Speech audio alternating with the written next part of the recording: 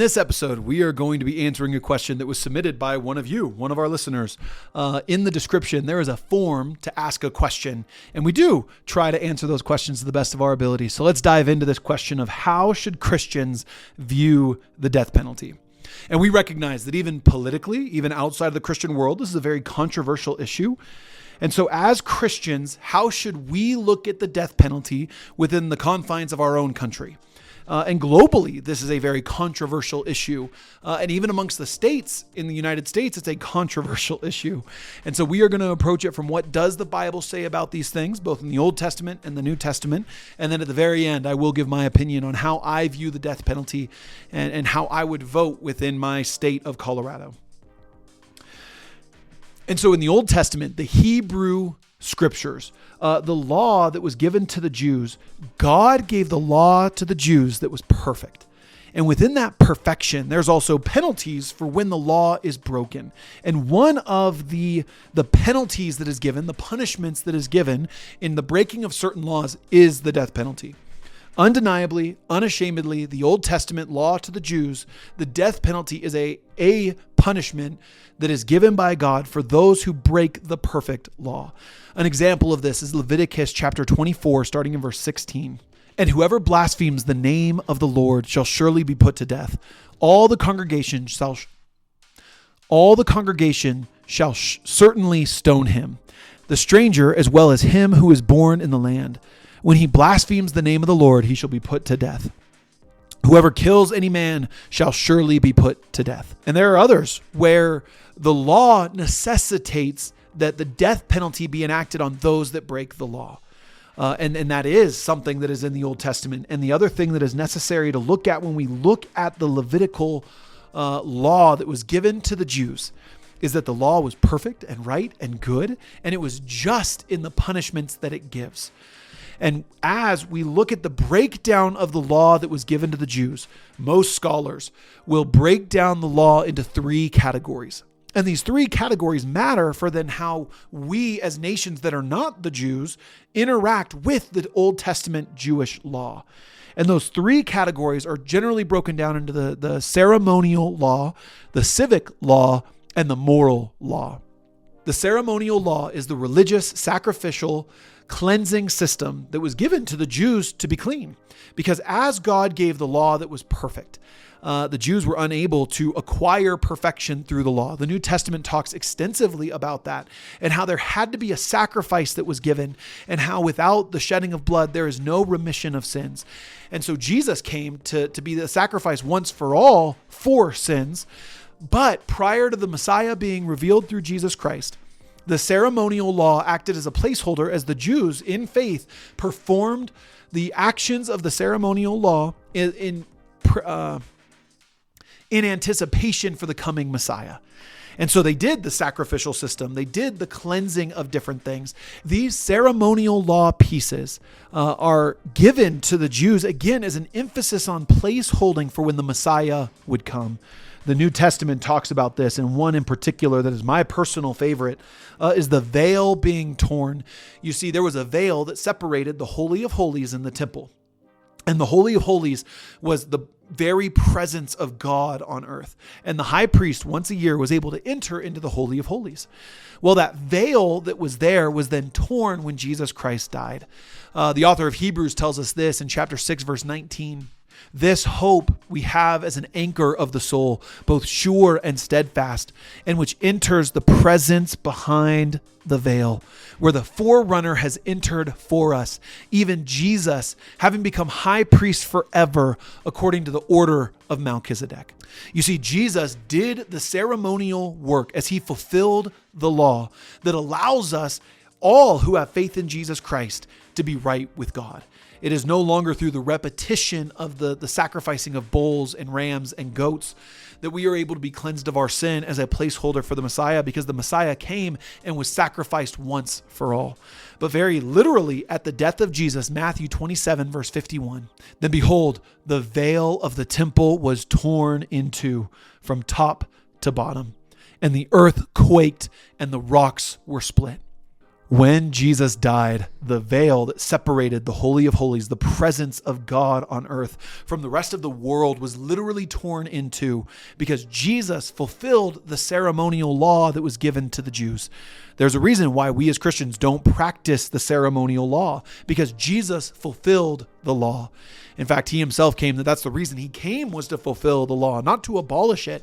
And part of the way that he fulfilled it was by being the perfect sacrifice for sin, that by faith in him, we are able to be made right with God. And so no longer is the ceremonial law, which would have been those religious practices that the Jews did practice as a placeholder for the Messiah, no longer are those necessary for us to become right with God, because Jesus did all of those things.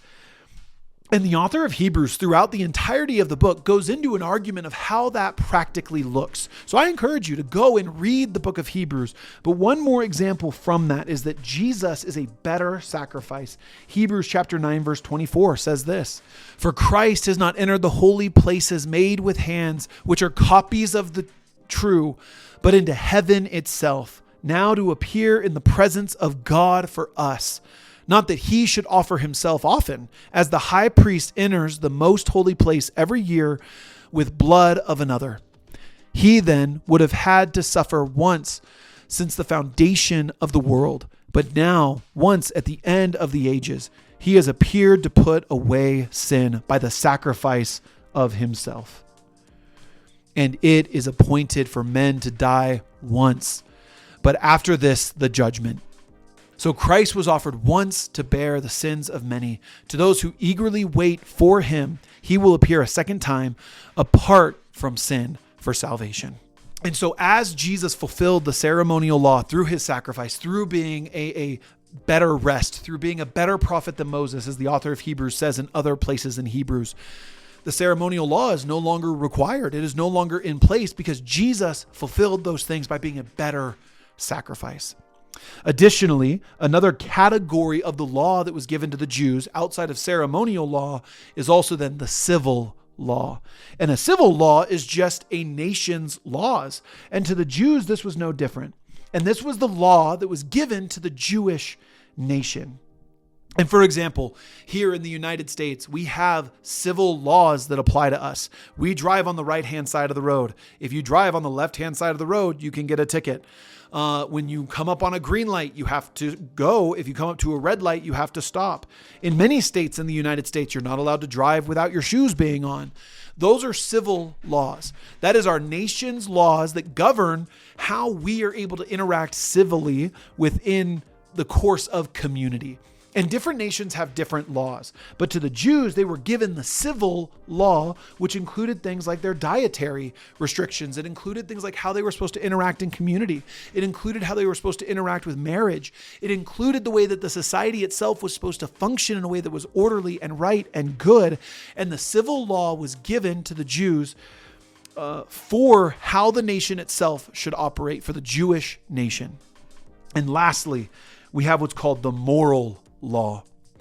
And the moral law, very similar to the civil law, includes many of those things in which the nation of the Jews acted with as civil law, but we call it the moral law as Christians because it is anything that is within the nature and character of God.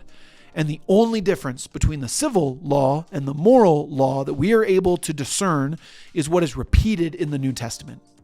And so there are elements that can be controversial, but for example, there are many Christians that have no problem with tattoos because tattoos being given as a law to the nation of the Jews was not repeated in the New Testament. So many Christians don't believe that it's sinful to have tattoos because that was part of the civil law. So what we are able to discern as part of the moral law are the things that were repeated in the New Testament. And here's the reality behind the totality of the law. Every law that was given to the Jews were beneficial for the individuals and for society. Every single one. All of the dietary laws are based on food that are not good for you. Pork, for example. Pigs are bottom feeders. They'll eat anything and everything. Pig farmers are even afraid to fall into a pig pen because pigs will eat human meat.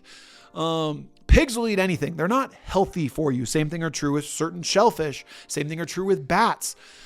The dietary laws that were given to the Jews were very similar as in the United States with the FDA. The FDA gives us laws of what we can and cannot eat.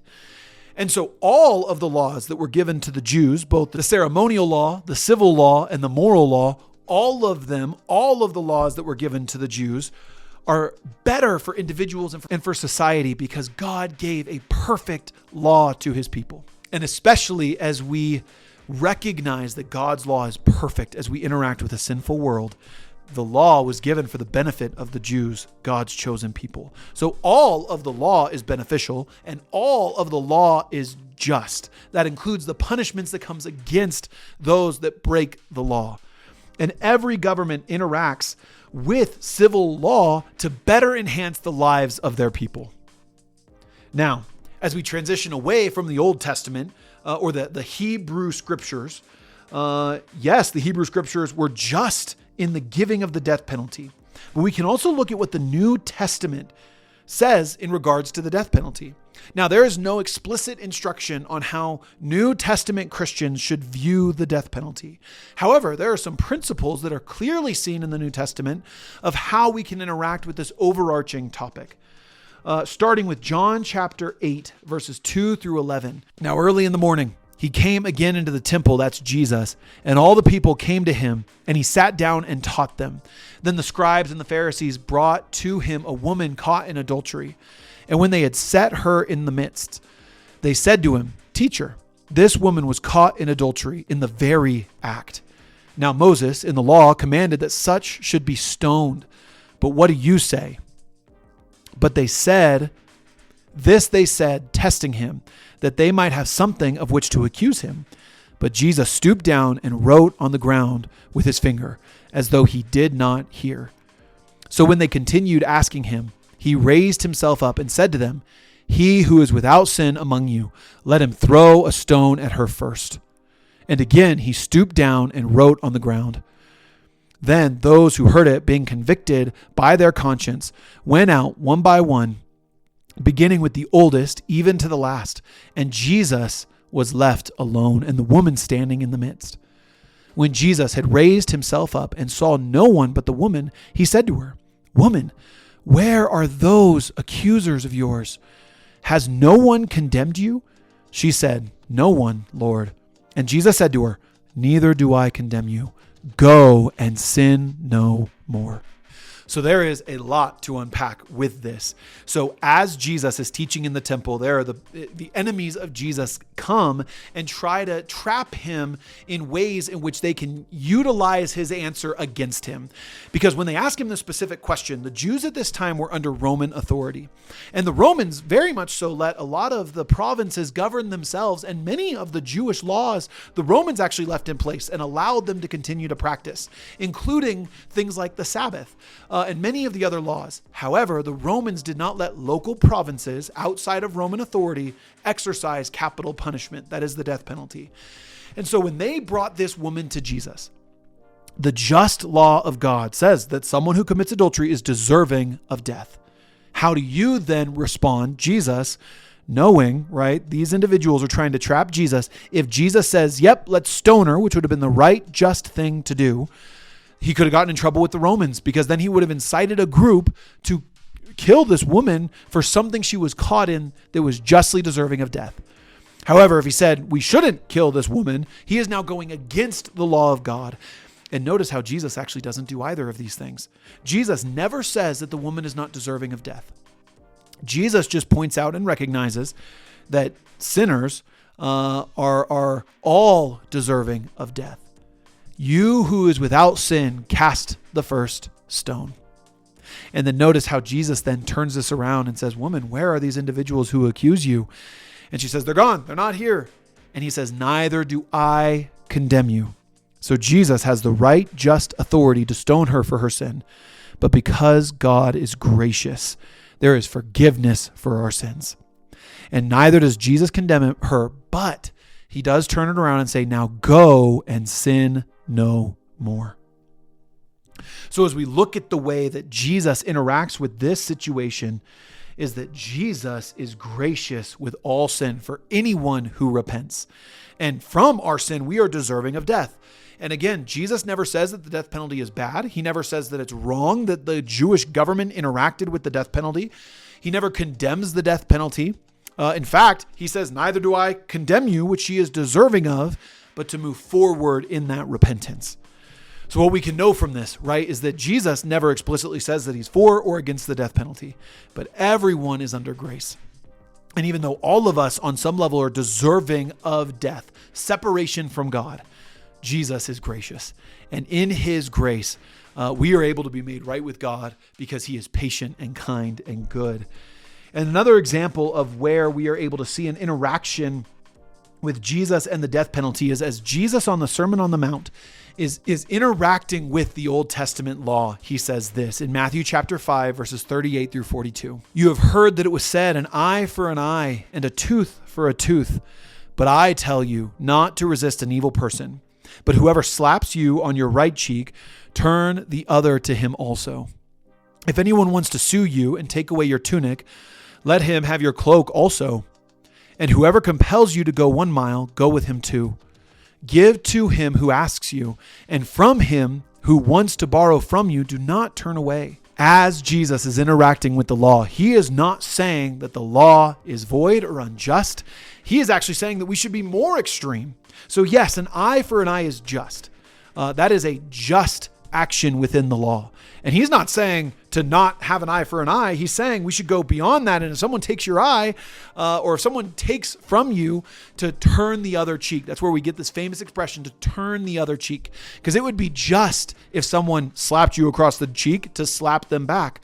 But as Christians, we are supposed to have the grace that Jesus does to not slap them back, which is just, but to turn the other cheek. And one day God will bring justice upon all wrongdoers. God still loves justice, but he is also gracious with those who are deserving of his justice for this season. And so as Jesus interacts with these two elements, this is the best example we have in the New Testament of how Christians are supposed to interact with the death penalty. And so how should we as Christians then respond to this overarching question of how should we view the death penalty? And we have to recognize that the purpose of government is to provide justice against wrongdoers, that the purpose of government is to protect against outside invasion, and the third reason that government is to exist is to protect peace within the borders. And we talk about these elements in our video on how Christians should respond to the new Trump presidency. The link is in the description.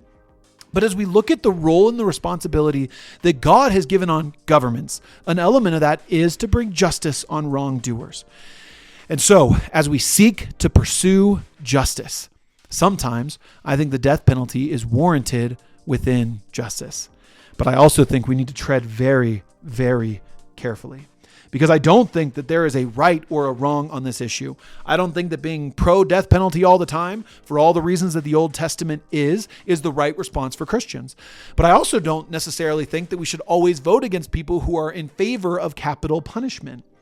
And as we interact with this as Christians, the biggest thing to remember is that we are to be unified in Christ, and this does not have to be a divisive issue, and it shouldn't be a divisive issue. We can recognize that there are times where the government is just in performing capital punishment. And we can recognize that even in American history, where I'm from, there are those that abused capital punishment for unjust reasons.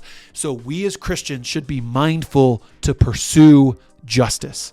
Whatever that looks like in our system, wherever that is that we're voting for, pursuing justice may not look like pursuing the death penalty for certain laws. It may look like recognizing that there are things that have been abused against people in the past, using the death penalty, and recognizing what is just in our system. But I think that there are crimes that warrant the death penalty. I live in the state of Colorado, and I think that there was a criminal who is deserving of the death penalty. A few years ago, there was a man who walked into a movie theater during the Black Knight Rises Batman movie and shot up the movie theater. It is a very famous mass shooting in the United States that took place in the state of Colorado. As I have followed that court case throughout the years, he was actually convicted and sentenced to capital punishment, the death penalty. And I think he is deserving of that death penalty. I think it would be just for the state of Colorado to enact that death penalty. He has since appealed, and I don't know that that will ever go through. But I don't think that it's wrong for our state in preserving justice to protect those that are within their state to enact the death penalty. But again, our job as Christians should not be to have a hard stance on this issue all the time in the way that we vote or the way we interact with the government. Our goal should be to pursue justice on either side of how we land on this issue, recognizing that God loves the pursuit of justice, and the government will be held accountable for the way that they interact with these things. The government is accountable to God if they abuse their role and bring a lack of justice. Yes, in conclusion, the death penalty is just when someone breaks the law, both according to the Old Testament law, and I think that there are times where there is justice in the death penalty within the modern world. Specifically, as we are not under the civil law to the Jews, we are under grace as Christians.